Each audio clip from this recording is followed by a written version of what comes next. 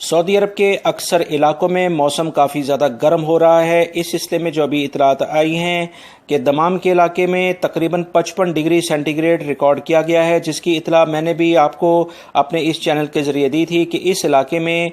کافی زیادہ heat stroke آ رہا ہے، لہٰذا تمام افراد احتیاط کریں۔ اطلاعات کے مطابق اس علاقے میں 55 ڈگری سینٹی گریڈ جو کہ کافی زیادہ ٹیمپریچر ہے، اور یہ سعودی عرب کی تاریخ میں اس علاقوں میں جو ابھی پچھلے 15 سے 20 سالوں میں یہ سب سے زیادہ ٹیمپریچر ہے، یہ ریکارڈ کیا گیا ہے۔ مگر آج مزید اطلاعات جو آ رہی ہیں کہ اس ٹیمپریچر میں مزید اضافہ ہوگا، لہذا تمام افراد بہت زیادہ احتیاطی تدابیر اختیار کریں۔ وزارت تجارت نے کہا ہے کہ یونی سٹار نامی سپلٹ ایئر کنڈیشنر بالکل بھی معیار کے مطابق نہیں ہے، لہٰذا اسے اگر کوئی شخص استعمال بھی کر رہا ہے تو بہت احتیاط برتے، یا وہ پرچیز کرنا چاہتا ہے تو اسے فوری طور پر ریٹرن کر لے اور اسے پرچیز نہ کرے۔ اس سلسلے میں جو اطلاعات آئی ہیں کہ یونی سٹار نامی جو ایئر سپلٹ یونٹ ہے، اس کی ایفیشنسی اتنی زیادہ اچھی نہیں ہے جو کہ سعودی عرب کے معیار کے مطابق ہو، لہٰذا اسے پرچیز کرنے سے اوائڈ کیا جائے۔ جدہ سے خبر آئی ہے کہ جدہ میں 8 جولائی سے 18 جولائی تک ایک جدہ سیزنل کے نام سے کچھ سیمینار ہو رہے ہیں۔ اس بارے میں جو بھی غیر ملکی افراد ان سیمینار میں شرکت کرنا چاہتے ہیں وہ صرف اور صرف 3 منٹ میں جو وزٹ ویزا ہے اسے حاصل کر سکتے ہیں، جو کہ ٹورسٹ ویزا کہلائے گا۔ اس سلسلے میں جو مزید اطلاعات آئی ہیں کہ ایسے تمام افراد، ایک ویب سائٹ ہے جس کا نام sharik.sa ہے، اس پر کلک کر کے ایسی تمام وزٹ ویزے سے متعلق جو کہ ٹورسٹ ویزا ایکچوئل میں ہے اسے حاصل کرنے کے لیے اپلائی کر سکتے ہیں، جو کہ 3 منٹ میں انہیں اسائن کر دیا جائے گا، جس کے بعد وہ مملکت میں ان سیمینارز میں شرکت کرنے کے لیے آ سکتے ہیں، جو کہ 8 جولائی سے 18 جولائی تک جاری رہے گا۔ سعودی عرب کی ایک معروف کمپنی جس کا نام کریم ہے، ٹرانسپورٹ کی ایک کمپنی ہے، انہوں نے اعلامیہ جاری کر کے بتایا ہے کہ وہ مملکت میں بہت جلد ایک ٹرانسپورٹ کا سیٹ اپ قائم کرنے جا رہی ہے، جس میں وہ تقریباً 600 بسوں کے ذریعے مملکت کے مختلف شہروں کو اپروچ کریں گے اور ان تمام شہروں کے درمیان باقاعدہ رابطہ مہم قائم کریں گے، یعنی اپنی سروسز مہیا کریں گے۔ سعودی وزارت تعلیم نے کہا ہے کہ مملکت میں موجود تمام انٹرنیشنل، پرائیویٹ اور جتنے بھی سعودی گورنمنٹ کے سکولز ہیں، ان میں اب فیس کا ایک معیار مقرر کر دیا جائے گا۔ اس سے زیادہ کوئی بھی سکول اب فیس نہیں لے پائے گا، اور اس سلسلے میں جو بھی پیرنٹس ہیں انہیں باقاعدہ ایک فیس سے ریلیٹڈ ایک کارڈ جاری کیا جائے گا، جس کے ذریعے وہ سکولز میں فیس جمع کرائیں گے، کیونکہ فیس کتنی جمع ہوتی ہے، اس کا کیا ریکارڈ ہے، یہ سکول کی انتظامیہ بھی یہ سعودی حکومت کو یعنی وزارت تعلیم کو بتانے کی پابند ہے، اور پیرنٹس کے پاس بھی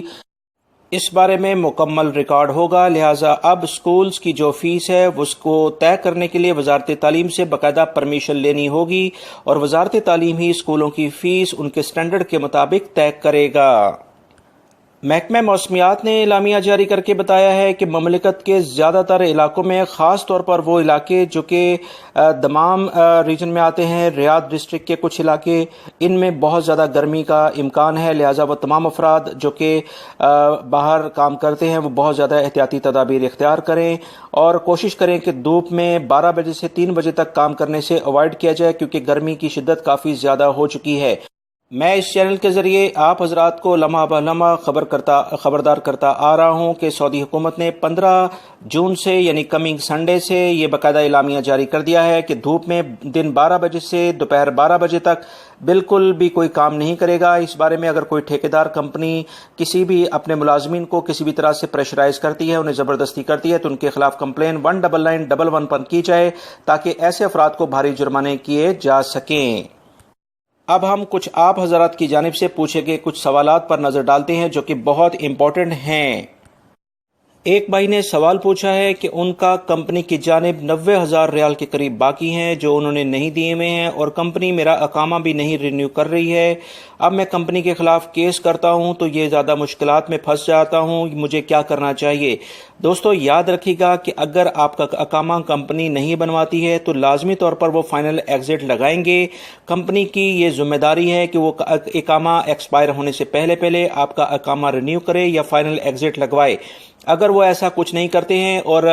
جو بھی رقم آپ نے جیسے بتائی ہے کہ 90,000 ریال آپ کے ان کی جانب باقی ہیں جو کمپنی نے آپ کو دینے ہیں، تو لازمی طور پر اس کے کچھ نہ کچھ ثبوت آپ کے پاس ہوں گے. کوئی بینک سٹیٹمنٹ آپ کو بینک میں وہ چارجز پیسے نہیں آئے ہوں گے، یا آپ نے کوئی نہ کوئی رسید اس کی سنبھال کے رکھی ہوگی. اگر ایسے کوئی ثبوت ہیں تو فوری طور پر منسٹری آف لیبر میں جائیں اور اپنی کمپلین لانچ کرائیں اس سے پہلے کہ